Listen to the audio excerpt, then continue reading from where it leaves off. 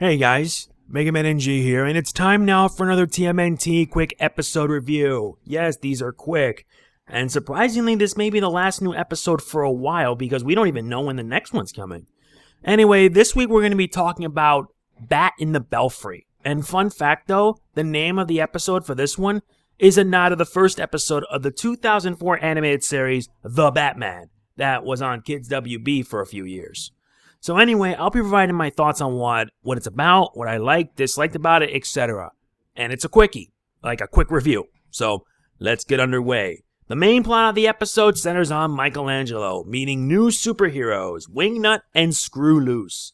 Of course, things go horribly wrong when it has to involve April O'Neil's crystal that drives them mad with anger.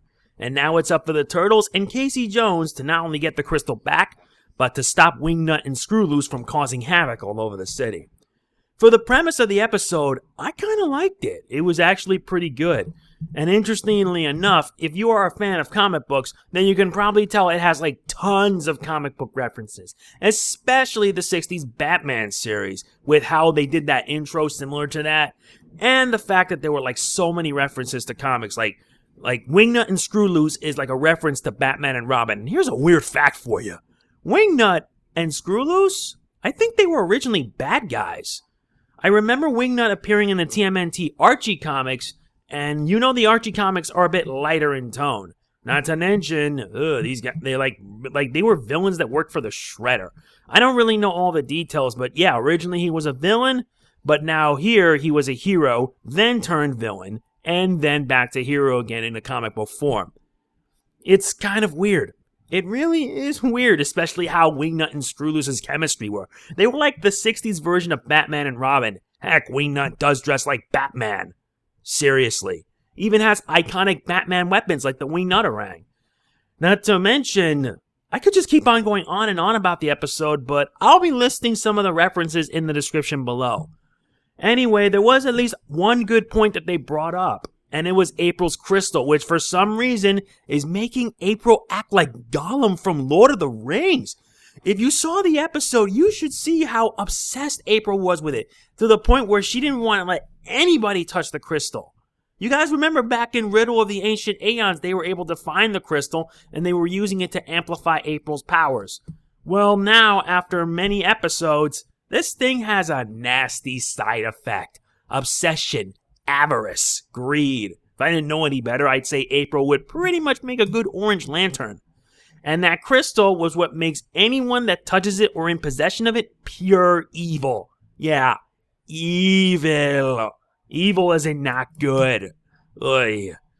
And yeah, for a subplot, I like that it's tying things together and it added a bit of good continuity. The only question now is, what are the Turtles going to do since April now has the crystal again? And she's become obsessed with it. Hopefully there will be a plot where it can at least resolve itself. But for now, I worry for April. I worry for April big time. Because this could be bad. Real bad. And yes, there was a cameo by the Fugitoid in this episode when the crystal, like the energy from it, turned to some kind of cloud and you actually saw the Fugitoid.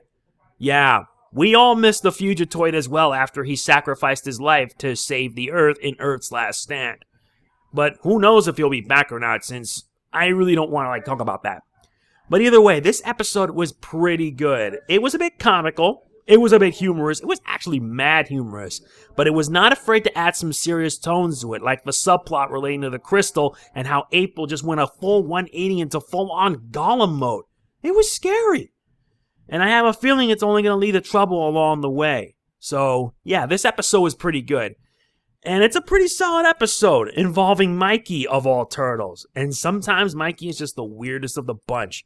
Very weird. But at least he's able to come out on top and help save the day. Thankfully, in 22 minutes. We don't actually see any of the other characters like Shredder or Karate. They don't appear in this episode, which is kind of sad. It really is sad, but who knows? We only have a few episodes left till the end of Season 4, so when they'll be back, we'll be ready for them. I give this episode another 8 out of 10. It is a very solid episode with some good action, nice references to various comics, and a whole lot of humor. And yes, there was a lot of humor there. Not to mention the part with the crystal, the subplot actually, and how April went a full 180. It was scary. and I have a feeling it's going to lead to trouble down the line. So now the big question is, when's going to be the next new episode?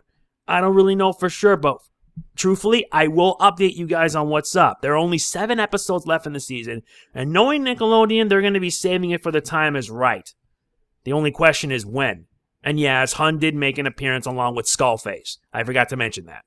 So anyway, that's it for this episode. It isn't much because, yes, at the time of this, I'm also recording Spirit of Justice, the new Ace Attorney game. And if you haven't checked it out yet, please make sure you do so. There will be a link in the description and in the comments below to check out my playthrough of Spirit of Justice. And hey, who knows? Maybe this will actually get my channel back on track. Anyway, that's it. If you enjoyed this video, please be sure to hit the like button. It really does mean a lot to me. I'll see you guys whenever for the next TMNT review. Who knows, because the sooner it comes back, the sooner I will be covering it. Alright, that's it. This is Mega Man NG, signing off. Peace out. Catch you on the flip side.